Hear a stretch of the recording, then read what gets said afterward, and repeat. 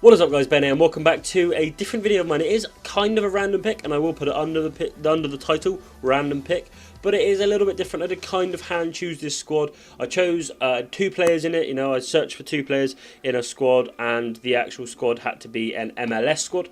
And that is because I wanted to talk about the Major League Soccer. For those of you that don't know, that is the American Football League, or the Soccer League they call it. And I want to talk a little bit about how the Americans are advancing in the game, and how I think, personally, that the MLS will be the best league in the world. It will have the best players, it will have the most money within, I don't know, within our lifetime, put it that way. Maybe 10, maybe 15, maybe even 20 years' time. But they will be the best league in the world, and I'm tipping my hat that they will eventually win a World Cup as well. I do think they'll win a World Cup before England. It does pain me to say, but, you know, I think that with 350 million people in their country, or whatever their population is now, you know, they have a much wider range of talent to pick from, and you know, I think that you'll just see the squad in the background. It is probably my favourite MLS team that I'm building, and I'm just going to talk about this topic for a little bit, and I encourage you to let me know what you think in the comments down below. Like I said, you know, with the wide range of players they have to choose from,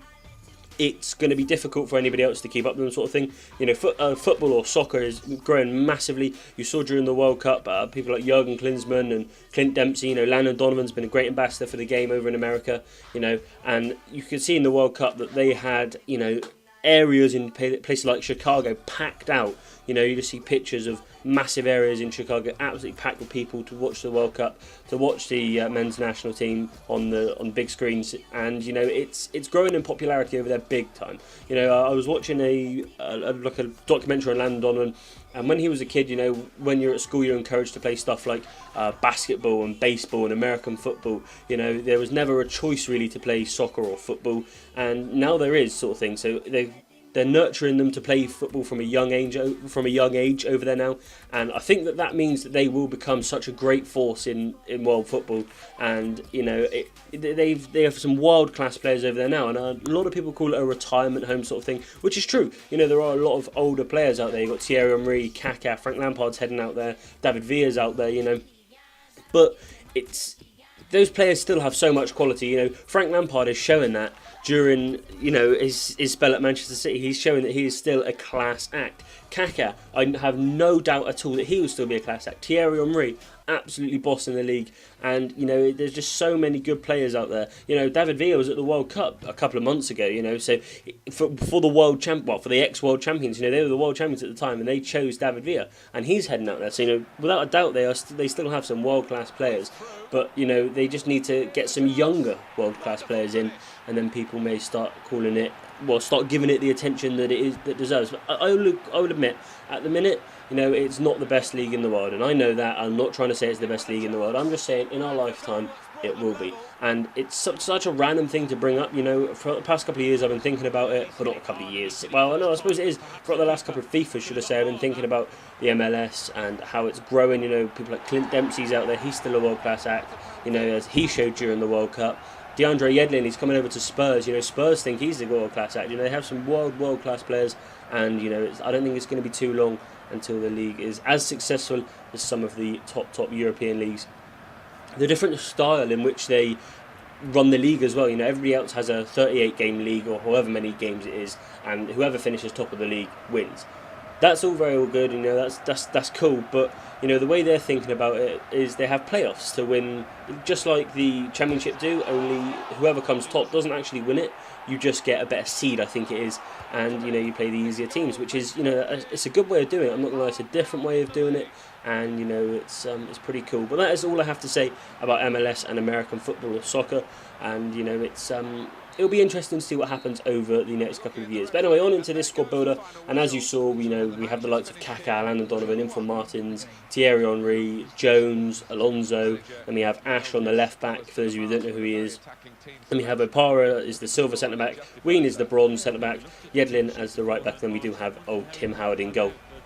Team's actually really fun to play with, and I was talking to a couple of my friends about it, and one of them said, yeah, if you jump into divisions though, you will get smacked about, which is true. You know, I don't expect to win Division 1 with this team, but it's just a fun team to use. It's just a fitness team sort of thing, but it is very fun to use, and obviously, like I said, I do enjoy the MLS players, and obviously the playoffs are going on as we speak. I think you'll be seeing this on Monday, and so 2 days ago you would have seen, or maybe not seen, but the playoff semi-finals, the second leg between the New England Revolution and the New York Red Bulls would have happened. So I thought, it's a relevant thing. Obviously, Kaká coming back into the game as well, so it's just a relevant squad. And as you can see, this guy's squad, man, he's got Messi and Aguero up front. It's going to be a little bit tricky, but we're going to give it our best shot indeed. So we do actually score off a corner there, I believe. I think it's Obafemi Martins that scored, it was.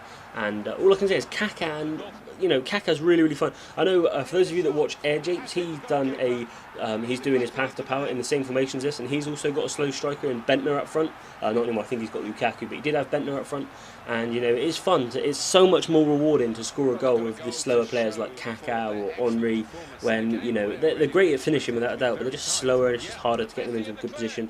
So it's pretty damn awesome it's quite rewarding. But anyway, guys, we are coming up to the end of this episode now, and it's been a really weird one because it's sort of been me talking about the MLS and other stuff rather than me talking about the actual gameplay you're seeing in the background, which it's a little bit different, and I hope you guys enjoy a little bit of variety, should I say. But we'll be back tomorrow with the first episode of my new career mode. I'm not sure who I'm going to do it with yet, but Tuesday or tomorrow, as you'll see in this. I'm recording this on Friday, I think, because I got work all weekend, and Monday as well I'm a little bit busy. So you're seeing this on either Monday or Tuesday. I'm pretty sure you're seeing this on Monday. So on Tuesday, which is tomorrow, you'll be seeing the new episode of the career mode. If you guys haven't voted yet, make sure you vote, because I won't make a decision until the morning I record it, which is Tuesday morning. So if you haven't voted, make sure you go back on my channel. It'll be called something like FIFA 15 career mode. You decide, you go over there and vote for what team you want me to use. But anyways, that is the end of the episode. Well, actually, no, it's not. That's a lie. I'm just going to show you through a few records of the players here. And Landon Donovan's actually really surprising. Now, a lot of you will say, Landon Donovan's got an inform. Yeah, I do know he's got an inform, but it's at left mid, and he'll get 3 chemistry as a cam. I know I'm playing Omri on 7. But as a left mid, Donovan will get 3 chemistry at cam. I don't really want to do that. And I like the formation as it is. It's a really nice formation. It's just sort of built around Thierry Henry sort of thing, which is, that's absolutely fine.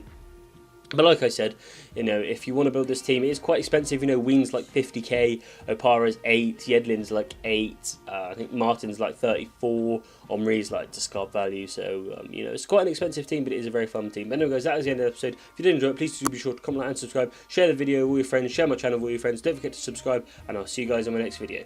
Adios.